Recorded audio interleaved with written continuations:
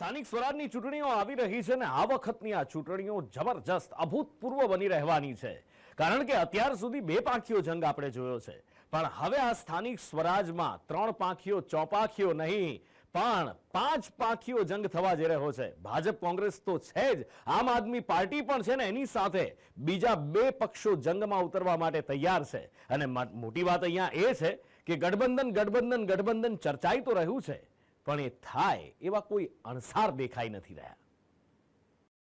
રાજ્યમાં સ્થાનિક સ્વરાજની ચૂંટણીના પડઘમ વાગી ચૂક્યા છે। 66 નગરપાલિકા, 3 તાલુકા પંચાયતો અને 1 મહાનગરપાલિકા માટે 16 ફેબ્રુઆરીએ મતદાન યોજાશે।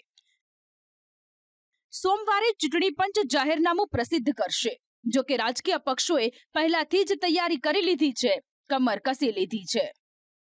આ વખતનો જંગ સૌથી અલગ હશે, કેમ કે ભાજપ અને કોંગ્રેસ ઉપરાંત બીજા 3 પક્ષો મેદાનમાં હશે। અન્ય 3 પક્ષોમાં આમ આદમી પાર્ટી, એનસીપી અને શંકરસિંહ વાઘેલાની પ્રજાશક્તિ ડેમોક્રેટિક પાર્ટીનો સમાવેશ થાય છે। મહત્વની વાત એ છે કે આ પાંચેય પક્ષો પોતાની રીતે એકલા હાથે લડશે, જેને જોતા જંગ રોમાંચક બની રહેશે। સૌથી પહેલા વાત કરીએ શંકરસિંહ વાઘેલાની, તો તેઓ પોતાના નવા પક્ષ પ્રજાશક્તિ ડેમોક્રેટિક પાર્ટી સાથે ફરી ચૂંટણીના મેદાનમાં છે। ભાજપ સામે મોરચો ખોલીને બાપુના પક્ષે ચૂંટણી લડવાની જાહેરાત કરી દીધી છે। લોકોને પક્ષમાં જોડાવાનું આમંત્રણ આપીને પ્રજાશક્તિ ડેમોક્રેટિક પાર્ટી લોકો વચ્ચે જવાની તક ઝડપી રહી છે। કે ગુજરાતની અંદર છેલ્લા 3 દાયકાથી જે ભ્રષ્ટ વહીવટ ચાલી રહ્યો છે એની સામે ભલે રાજકારણમાં ન હોય પણ ડે બાય ડે આ બધી જે ચિંતા જે લોકો કરી રહ્યા છે, એવા તમામ મિત્રો કે જે પ્રામાણિક હોય, લીડર હોય અને લીડર બનવા માંગતા હોય એવા તમામ મિત્રોનું અમારી પાર્ટીમાં સ્વાગત છે। જે મિત્રો ચૂંટણી લડવા માંગતા હોય અથવા તો અમારી પાર્ટીના સંગઠન સાથે જોડાવા માંગતા હોય મારો સંપર્ક કરે। સ્થાનિક સ્વરાજની આ ચૂંટણી શંકરસિંહ વાઘેલાના નવા પક્ષનું ભાવિ નક્કી કરશે, જ્યારે વાઘેલાના રાજકીય અસ્તિત્વનો લિટમસ ટેસ્ટ પણ થશે। એનસીપી પણ આ વખતે સ્થાનિક સ્વરાજના જંગમાં ઉતરી છે। અજીત પવાર જૂથે તમામ બેઠકો પર ઉમેદવારો ઉતારવાની જાહેરાત કરી દીધી છે।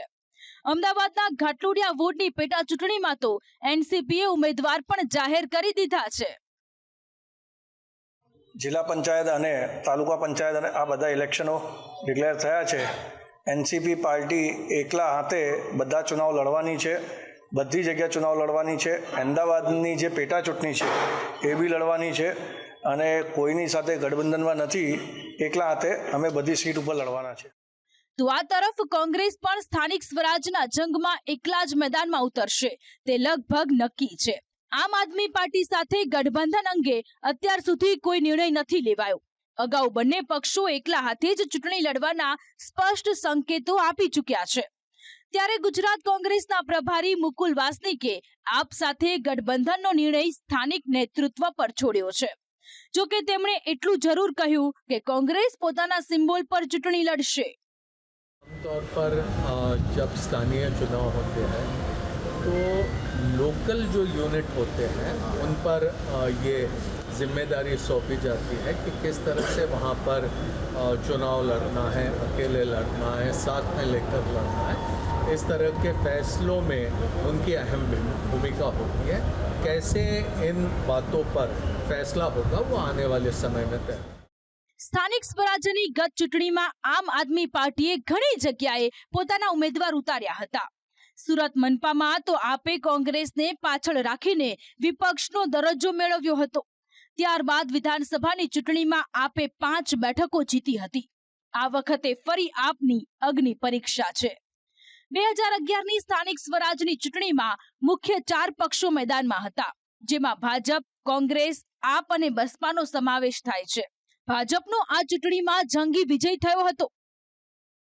નગરપાલિકામાં ભાજપને 2085, કોંગ્રેસને 388, બીએસપીને 172 બેઠકો મળી હતી, જ્યારે જિલ્લા પંચાયતની ચૂંટણીમાં ભાજપે 800, કોંગ્રેસે 169, આપને 2 અને બીએસપીને 1 બેઠક મળી હતી। તાલુકા પંચાયતમાં ભાજપને 3352 બેઠકો, કોંગ્રેસને 1252, અપક્ષને 115, આપને 31 અને બીએસપીને 4 બેઠકો મળી હતી.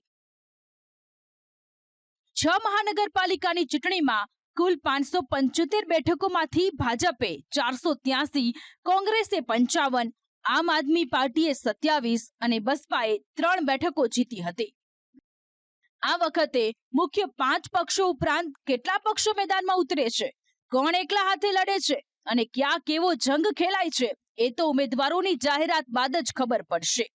સ્થાનિક સ્વરાજના આ જંગનો સોમવારે વિધિવત આરંભ થશે, જ્યારે જાહેરનામું પ્રસિદ્ધ થશે. બ્યુરો રિપોર્ટ, સંદેશ ન્યૂઝ.